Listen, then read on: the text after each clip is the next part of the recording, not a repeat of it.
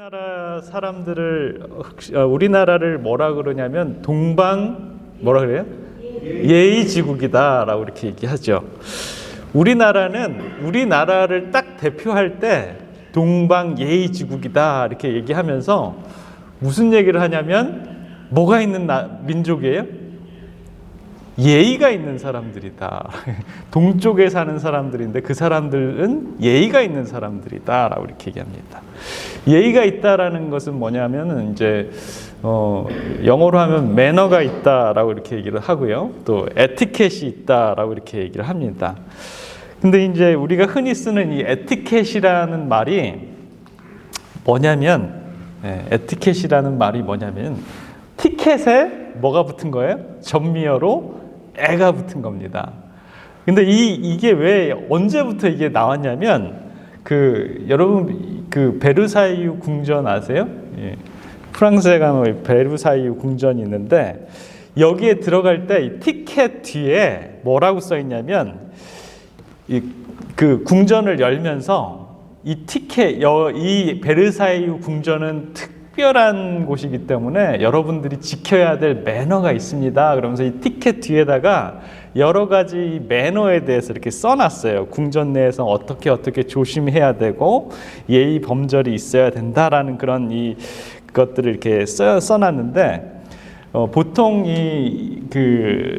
에티켓이란 단순하게 표면적으로 형식적인 유의사항이나 예의 범절만을 말하는 것이 아니라 상대방의 인격을 존중하고 또 상대방의 기분을 헤아려주는 이 마음을 기본으로 해서 그것을 굉장히 상대방이 생각했을 때 기분이 좋아지는 그런 방법이다라고 이렇게 할 수 있습니다. 일본인 사람들에게는요 선물을 할 때 에티켓 중에 하나가 이 하얀색 종이로 포장을 해서 주지 않는다라고 이렇게 얘기해요.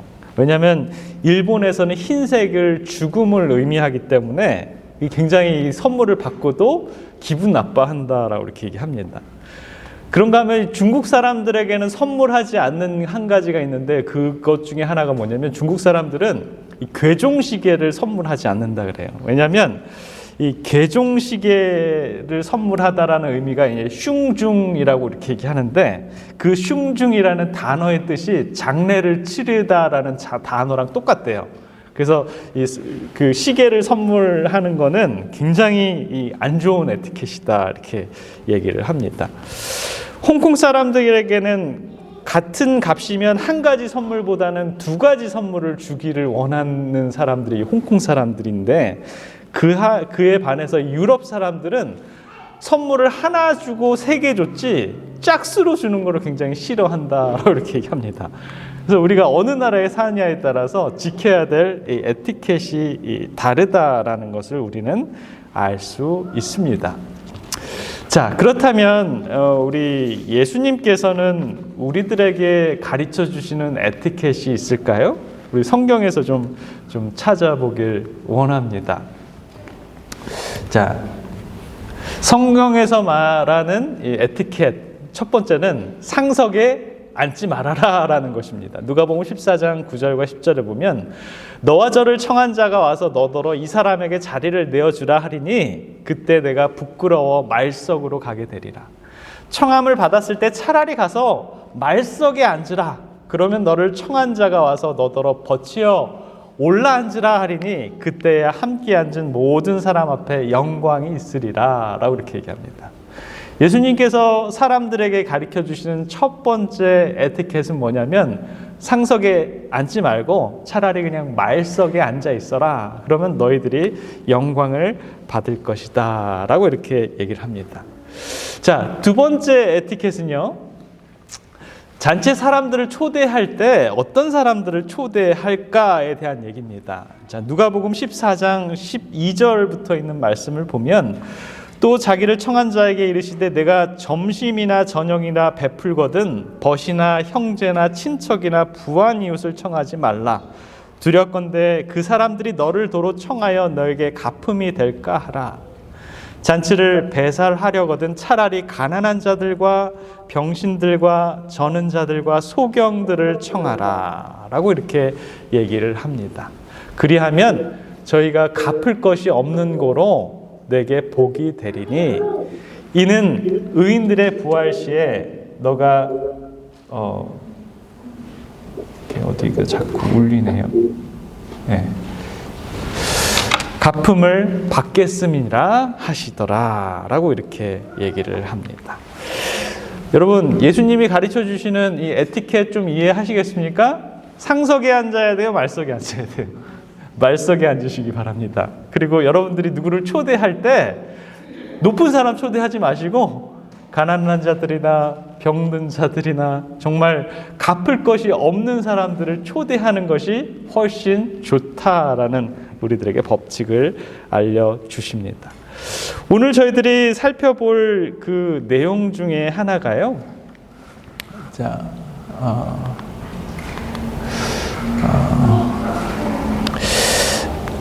하나가요. 이런 말씀이 있습니다.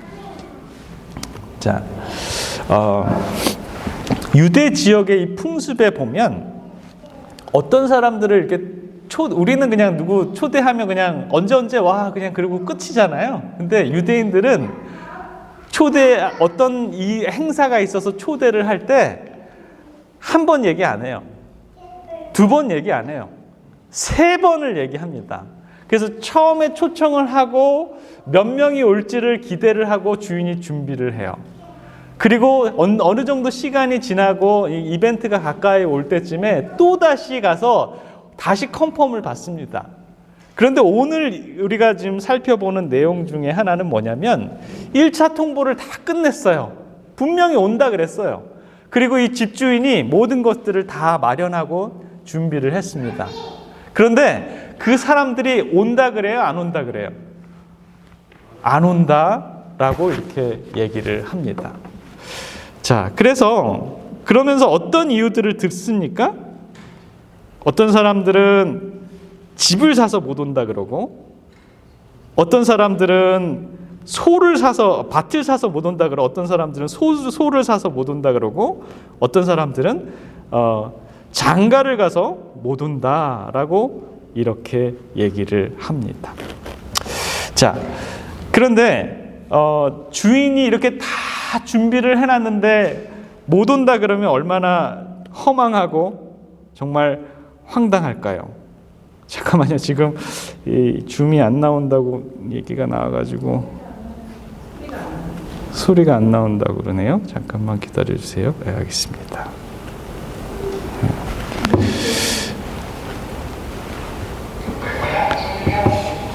자, 이제 나오겠죠? 이제 나올 겁니다. 이제 나올 겁니다. 그죠?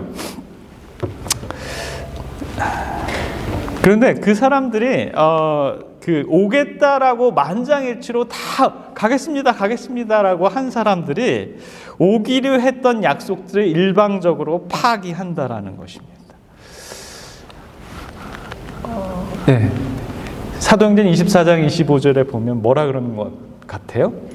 시방은 가라. 내가 틈이 있으면 너를 부르리라. 라고 하면서 초대한 사람은 주인인데 초대받은 사람이 지금 뭐예요? 내 시간이 안 되니까 나중에 생각해보고 갈게. 이렇게 배짱을 튕기고 있다라는 것입니다. 이럴 때면 정말 정성껏 잔치를 준비한 사람에겐 정말 큰 모욕이 된다라는 것이죠. 얼마나 주인이 황당하겠습니까?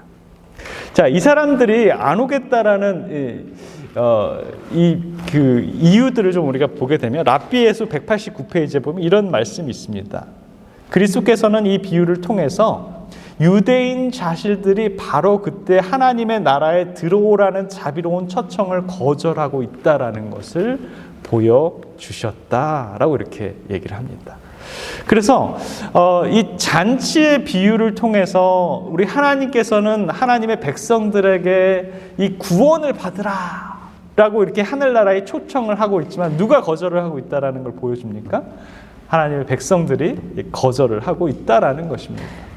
자, 그런데 거절하는 이유가 뭐냐면 하나는 가로되 나는 밭을 샀음에 불갑을 나가보아야 하겠으니 청컨대 나를 용서하도록 하라 하고 라고 이렇게 얘기를 합니다. 밭은 안 간다는 핑계가 될까요? 아니 밭을 살 때 보지도 않고 밭을 삽니까? 하필이면 이때 그 초청을 했을 때 밭을 보겠다라는 그런 이유가 뭘까요? 이 사람은 이 영적인 가치보다는 물질적인 것에 관심을 더 많이 두고 있다라는 것을 의미하고 있는 것이죠. 자, 그 다음 사람은 뭐래요? 또 하나는 가로되 나는 소 5겨리를 샀음에 시험하러 가니 청컨대 나를 용서하도록 하라 하고, 자, 뭘 샀어요? 소를 샀어요. 꼭 그 소를 지금 시험을 해야 됩니까? 이제 현대말로 말하면 뭘 샀다라는 거예요? 내가 이 멋진 아우디를 샀는데, 승용차를 샀는데 이거를 좀 시험을 해봐야 되니까 내가 잔치에 갈 수 없다라는 것입니다. 말이 돼요, 안 돼요? 얼마나 영광스럽습니까? 그 좋은 차를 사가지고 그 차를 타고 가면 얼마나 좋아요. 임금님이 초대했는데 그 소를 타고 그 임금님이 초대한 데 가면은 얼마나 영광스럽겠습니까? 그러나 그 사람은 그렇게 하지 않았다라는 것입니다. 이 사람은 참을성이 없다라는 것이죠. 굳이 이 소를 시험해 보는데 꼭 그 잔치 때 내가 시험을 해보겠다라는 것입니다. 세 번째 사람은요, 또 하나는 가로되 나는 장가 들었으니 그러므로 가지 못하겠노라 하는지라 라고 이렇게 얘기를 합니다. 이 사람의 대답을 자세히 분석해 보면 초점이 장가 가는 데 있지 않고 못 가겠다라는 데 이 초점이 있는 것을 보게 됩니다. 그 잔치에 부부가 손을 잡고 같이 오면 얼마나 좋았을까요? 이 사람 하나님께서 주시는 영적인 기쁨보다는 이 세상이 주는 일시적인 그 쾌락을 더 즐거워하는 그런 사람인 것을 우리는 보게 됩니다. 자, 이렇게 이 세 가지의 이 다른 이 초청받은 사람들의 비유를 들었을 때 이 주인은 어떠한 입장을 표했을까요? 랍비에서에 보면 이런 말씀을 합니다. 복음 잔치에 오라는 초청을 받아들이기 위해서는 먼저 세상에 대한 관심보다 그리스도와 그의 의를 받아들이는 한 가지 목적을 더 중요시해야 한다. 하나님께서는 모든 사람에게 모든 것을 주셨다. 그는 사람들에게 당신을 섬기는 일을 모든 세속적이고 이기적인 문제보다 먼저 생각하라고 요구하신다. 그분은 두 마음을 품은 사람을 받으실 수 없다. 세속적 사물에 애착을 둔 마음을 하나님께서는 간합하실 수 없다. 이 교훈은 각 시대를 위한 것이다 라고 우리들에게 말씀을 합니다. 자, 거절에 대한 주인의 반응은 어땠습니까? 14장 21절에 보면 집주인이 어땠어요? 노했다라고 이렇게 얘기를 합니다. 여러분들이 주인이라면 노했겠습니까? 안 했겠습니까? 예스, 노가 아니라 굉장히 화가 났다라는 것입니다. 우리는 하나님은 어떤 분이 하나님이에요? 정말 사랑이 많으신 분이 하나님입니다. 그죠? 맞는 말입니다. 하나님은 사랑이 넘치고 정말 넘칠 대로 넘칠 분이 바로 우리 하나님이십니다. 그러나 언제까지 하나님의 사랑만 있는 것은 아니다라는 것입니다. 사랑으로 주신 모든 기회가 지나간 후에는 하나님은 더 이상 사랑의 하나님이 아니시고 그때부터는 공의와 심판의 하나님이 되시는 것입니다. 주님의 호의를 거절하는 사람에게는, 주님의 초청을 거절하는 사람들에게는 주님께서 주신 십자가의 희생의 가치를 거절해버린 사람들에게는 주님의 진노가 있다라는 것 우리는 기억해야 합니다. 그래서 요한복음 3장 36절에 보면 아들을 믿는 자는 영생이 있고 아들을 순종치 않는 자는 영생을 보지 못하고 도리어 하나님의 진노가 그 위에 머물러 있을 것이다 라고 이렇게 얘기를 합니다. 자, 그래서 오늘 읽었던 이 본문의 말씀처럼 그 종에게 이르되 빨리 시내의 거리와 골목으로 나가서 가난한 자들과 병신들과 소경들과 저는 자들을 데려오라 하리니 종이 가로되 주인이여 명하신 대로 하였으되 오히려 자리가 있나이다. 주인이 종에게 이르되 길과 산울가로 나아가서 사람들을 강권하여 데려다가 내 집을 채워라 라고 이렇게 얘기를 합니다. 집주인의 마음속에서는 그 아들의 잔치에 많은 사람들이 오는 것을 원합니다. 그래서 이 잔치를 버려놓고 안타깝습니까? 안타깝지 않습니까? 하나님께서 저 하늘 왕국에 뭘 지어놨어요? 재림마을을 지어놨어요. 그런데 그 재림마을이 어떻습니까? 다 찼을까요? 아직 미분양일까요? 아직도 미분양이 상태가 있다라는 것입니다. 그 집 주인, 이 하나님 마음에서는 모든 것들이 빨리빨리 분양돼서 하나님의 백성들이 와서 살기를 원해요? 안 원해요? 그 아름다운 푸른 초장에 정말 호수가 있고 하나님께서 늘 안식일에 같이 하나님의 백성들과 같이 즐겨서 만나기를 원하시는데 누가 아직 참석을 못하는 거예요? 하나님의 백성들이 참석을 못하고 있다라는 것입니다. 그래서 길과 산울가까지 나가서 강권하여 데려다가 내 집을 채우라 라고 이렇게 얘기를 하고 있는 것입니다. 이 말씀의 본문을 보게 되면 이 집주인의 마음이 얼마나 애가 타는지를 우리는 볼 수 있습니다. 이 비유의 특징에 보게 되면 집주인은 시간을 가리지 않습니다. 사실상 이 잔치집의 주인은 잔치가 일어나기 여러 날 전에 한 번 초청하고 또 사람을 보내서 2번 초청을 하고 이제 마지막 3번째 사람들을 초청하고 있는 것입니다. 누가복음 14장 17절에 보면 집주인이 이 잔치할 시간을 딱 정해놨어요. 그러나 1차, 2차, 3차 이러도록 잔치집에 손님이 차지 않기 때문에 초청을 계속하고 있는 것이죠. 우리는 마태복음 20장에 보면 이 포도원의 비유에 대해서 우리가 배웠습니다. 자, 이른 시간에 나가서 아침 9시에 나가서 일꾼들을 모집해 옵니다. 그리고 또 12시에 나가서 또 일꾼들을 모집해 와요. 3시에 나가서 일꾼들을 모집해 오고요. 오후 5시에도 나가서 일꾼들을 모집해 옵니다.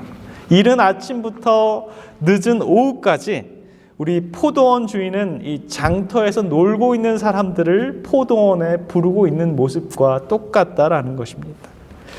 사실상 저 에덴 동산에서 문 밖의 이 역사의 이른 새벽부터 예수님 재림하시는 이 역사의 저녁까지 하나님께서는 정말 넓은 사랑의 마음으로 우리 하나님의 백성들을 끊임없이 잔치집으로 초청하고 있다라는 것입니다. 자, 시간을 우리 하나님께서는 가리지 않습니다. 그리고 하나님께서는 공간 또한 가리지 않는다라는 것입니다. 아마 제일 가까운 지역에서 아마 초청을 했을 것입니다. 사실상 이 예루살렘에서부터 우리 하나님께서는 백성들을 초청했습니다. 그 청하였던 종들이 살고 있었던 지역이죠. 이것은 예수님의 최후의 분부 중에서도 나타난 것을 볼 수 있습니다. 사도행전 1장 8절에 보면 이 복음의 첫 지역이 바로 이 예루살렘 지역임을 알 수 있습니다. 그 다음 지역의 이 시내의 거리와 골목으로 나갔다라고 이렇게 얘기를 합니다.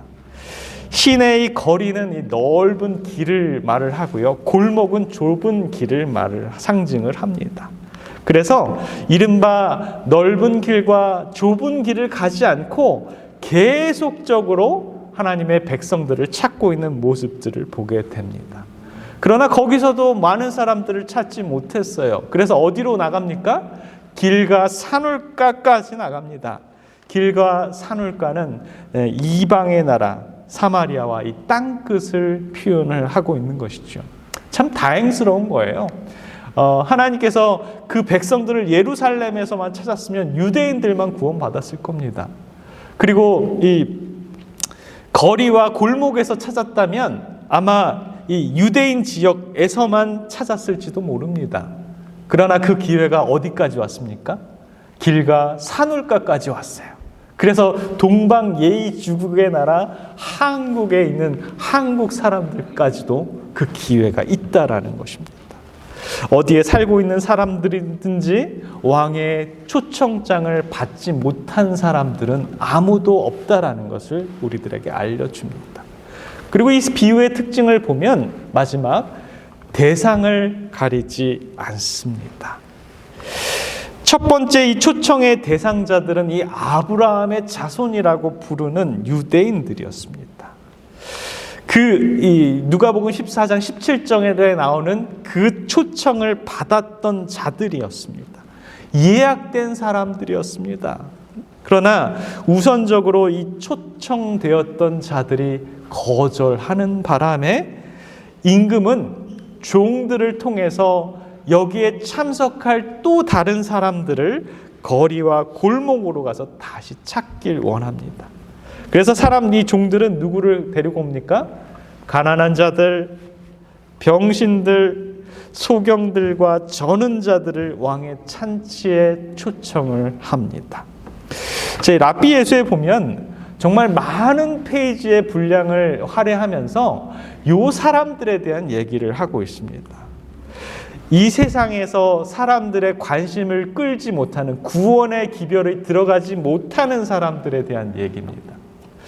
이 재림 기별을 받지 못한 사람들, 저는 깜짝 놀랐어요. 이 재림 기별을 받아들이기 위해서는 좀 평범해야 되는구나. 그래서 이 화이트분이 이렇게 좀 언급하고 있는 부분들이 누구냐면요, 굉장히 부자들이 제외가 많이 되었다라고 이렇게 얘기합니다. 너무 부자이기 때문에 사람들이 저 사람은 잘 사니까 복음 받을 필요 없어, 이렇게 생각할 수 있다라는 것입니다. 그래서 세상에서 또 학식이 높은 사람들과 재물과 직업적인 명에서 명망이 뛰어난 사람들도 제외되어 있다라고 이렇게 얘기합니다. 너무 유명한 사람들이기 위해서 사람들이 접근하기 힘든 사람들, 그런 사람들이 복음에서 좀 제외되었다라는 것입니다. 그리고 또 어떤 사람들이냐면요, 사회적으로 가장 높은 계급에 속한 사람들도 복음을 잘 접하지 못한다라고 있습니다. 그리고 또 너무 빈천한 계급의 사람들, 또 도덕적 능력이 부족했던 사람들, 버림받았던 가난한 사람들이 이런 소외 계층의 사람들이었다라는 것입니다. 그러나 참 감사하게도 이 임금은요, 이 집 주인은요, 누구도 다 초청합니까? 그러한 소외된 모든 사람들에게 공평하게 기회를 주고 있다라는 것입니다. 인도의 이 한 거리에서 정말 못생기고 나이도 많은 미국인 선교사 한 사람이 복음을 전하고 있었습니다. 생김새도 다르죠. 그리고 모양도 다르죠. 이러한 이 선교사였어요. 머리카락은 다 빠졌고 이도 다 흔들거려 보여서 정말 상당히 취했지만 예수 그리스도의 생명을 전하고자 그는 길거리에 서서 사람들에게 큰 소리로 복음을 전합니다. 그런데 인도 사람들이 보기에 저 늙은 못생긴 정말 추함으로 들어와가지고 가기도 하는데, 그런 길이 있는가 하면 그냥 85번으로 사정없이 내려오다가 75번 만나면 75번을 타고 올라오다가 다시 285를 탈 수도 있는데, 저는 이상하게도 이상한 습관이기도 저의 생각의 내비게이션에서는 여러 가지 길 중에 저는 늘 똑같은 길로만 오고 있는 제 자신을 발견하고 있다라는 것입니다. 내비게이션을 틀고 갈 때도 있는데 그 내비게이션을 무시해버리고 저는 제만의 길을 가고 있다라는 것입니다. 어떨 때는 이 큰 길로 와서 작은 길로 들어서는데, 그때 저는 무슨 생각을 하냐면 예전에 읽었던 책의 한 부분이 생각이 납니다. 사람의 생각에도 길이라는 것이 있어서 항상 그 길로만 가게 된다는 것입니다. 예를 들면 어떤 상황에 처했을 때 내가 어떤 식으로 생각하고 결론을 내렸던 일이 있으면 항상 비슷한 결론을 내고 비슷한 행동을 한다라는 것입니다. 우리가 습관처럼 행동하듯이 한 번 정해지면 다른 방법으로 바뀌지 않는 내 생각, 이걸 보면서 이런 생각을 하게 됩니다. 신앙도 마찬가지입니다. 아마 이 부분에서 여러분들도 각자의 생각과 의견이 있지만 저는 이렇게 생각합니다. 우리의 하나님의 생각의 길은요, 그분은 우리를 가만두지 않는다라는 것입니다. 그분은 어떻게 해서든지 우리를 구원받게 해주려고 한다라는 것입니다. 그분은 시간을 가리지 않고요, 공간을 가리지 않고요, 우리가 누구인지를 가리지 않고 구원의 길로 열어주고 있다라는 것입니다. 자, 누가복음 14장 15절에 보면 기가 막힌 말씀이 있어요. 무릇 하나님의 나라에서 떡을 먹는 자는 복되도다 하니 그랬어요. 저는 이 말씀을 처음 읽고는요, 좀 실망했습니다. 저는 떡을 별로 좋아하지 않아요. 떡보다는 빵을 더 좋아하는데 왜 하나님의 나라에서는 떡을 먹을까요? 누가복음 14장 51절에 보면 하나님께서 이 글을 친히 써 놓으셨습니다. 하나님의 나라에서 너희들이 떡 먹으면 참 좋겠다라는 말씀이에요. 시간도 공간도 대상도 가리지 않고 구원받은 너희들은 뭐 먹을 수 있다라는 얘기예요? 떡 먹을 수 있다라는 것입니다. 하나님께서는 저와 여러분들에게 묻습니다. 너희들 그 나라에서 떡 먹을 수 있겠니? 라고요.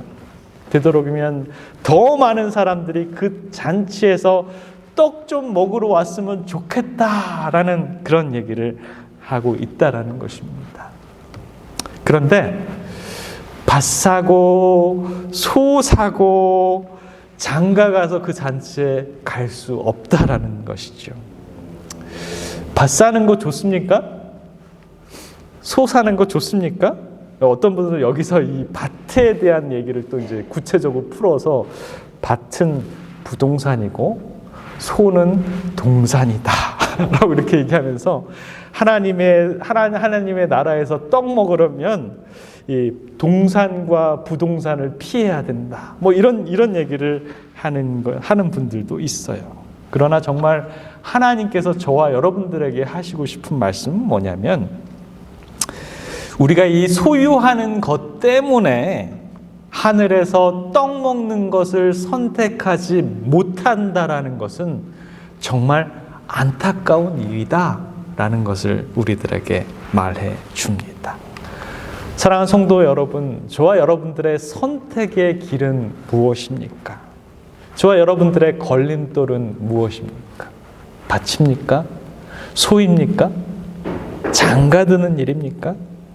저와 여러분들이 이 하늘나라의 떡보다도, 다시 말하면 예수 그리스도보다도 우리의 생각의 길을 좌지우지하는 것은 무엇인지 한번 깊이 생각해보는 귀한 시간 되었으면 좋겠습니다. 말씀을 마치겠습니다.